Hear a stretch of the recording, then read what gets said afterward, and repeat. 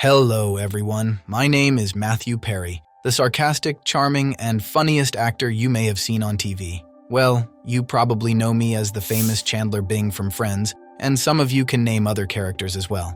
Anyway, let's get into it and talk on a deeper level about how I found myself in a deep hole and no way out from addiction. I know some of you might think it's not a mental health issue, but believe me, it is. Now let me take you to a deeper level of getting to know me and tell you more about my life and how long I have been suffering from addiction since I was 14 years old. Hello everyone, and welcome back to Masterpiece. Today, we're diving into addiction.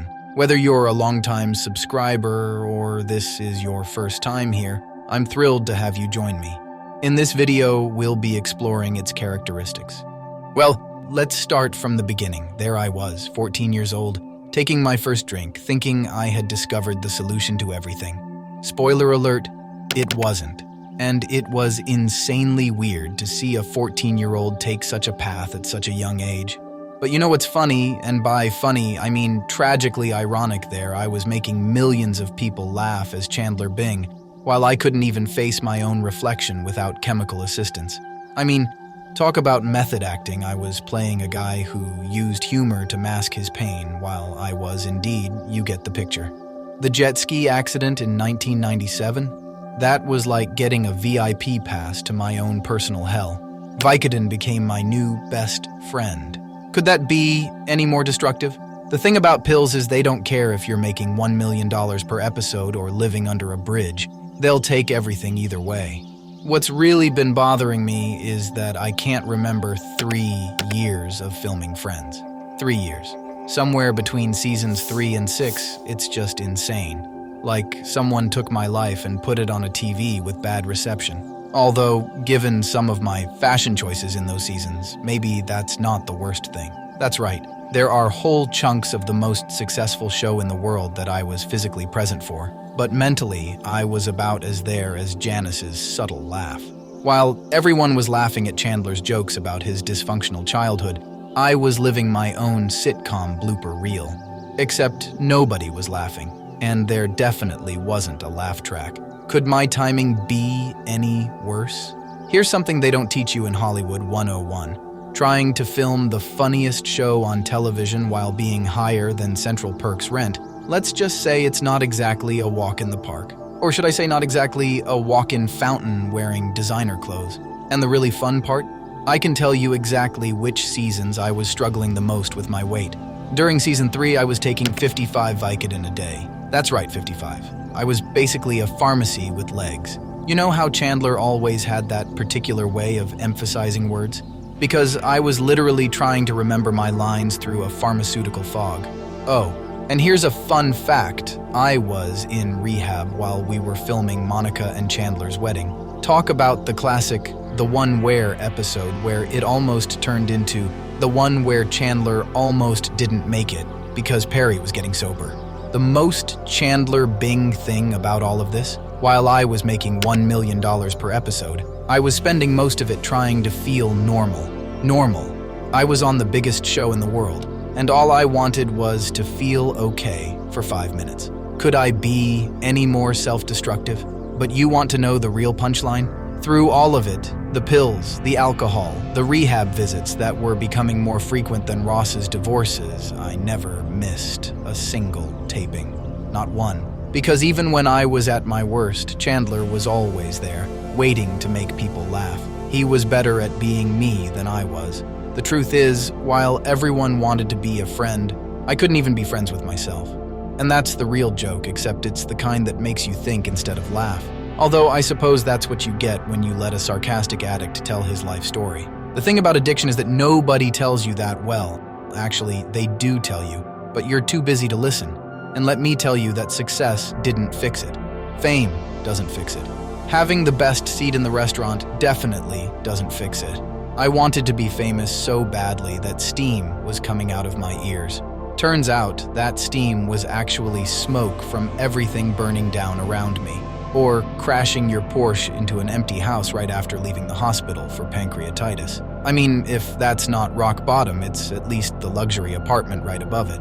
But at the end of the day, I got 5 lucky charms. They were like 5 angels and one drunk mess. Could they be any more supportive? Jennifer, Courtney, Lisa, Matt, and David all tried to help.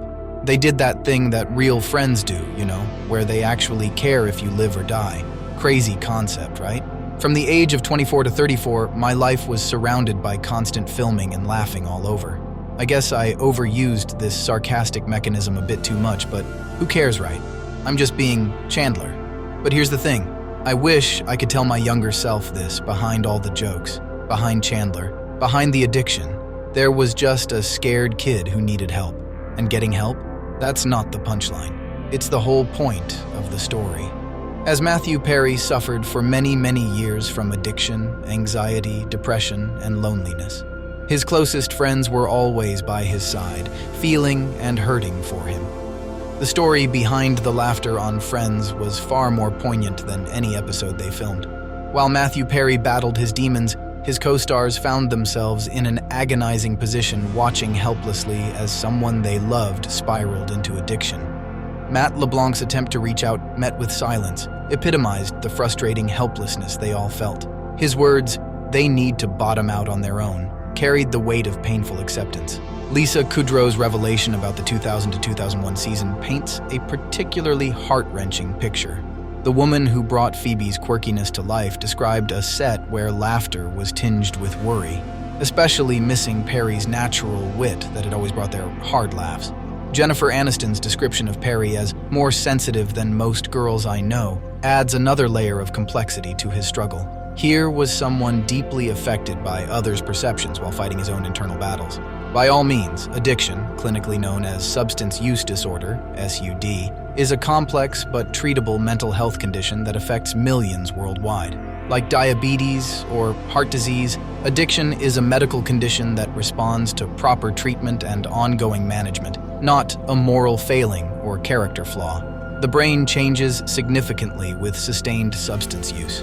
Drugs and alcohol hijack the brain's reward system by flooding it with dopamine, creating intense pleasure signals that override natural rewards. Over time, the brain adapts by reducing its own dopamine production, leading to tolerance, needing more of the substance to achieve the same effect. These neurological changes explain why willpower alone is rarely enough to overcome addiction.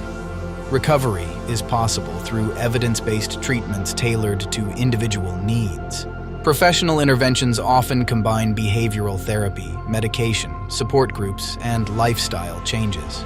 The path to recovery often requires multiple attempts, which is normal and not a sign of failure. Each attempt teaches valuable lessons about personal triggers and effective coping strategies. Success rates improve significantly when people access comprehensive treatment programs and maintain long-term support networks. Family support plays a crucial role in recovery. Education about addiction helps families understand it's a chronic illness requiring patience, compassion, and ongoing support. Many treatment programs include family therapy to heal relationships and build stronger support systems. The key message is hope. Addiction is treatable.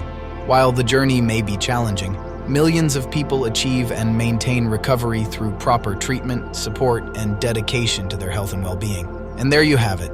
I hope you found this video helpful and learned something new. If you did, please give it a thumbs up and consider subscribing for more content like this. Don't forget to hit that notification bell to stay updated. If you have any questions or topics you'd like me to cover next, make sure to drop them in the comments below. Thanks for watching, and I'll see you in the next one.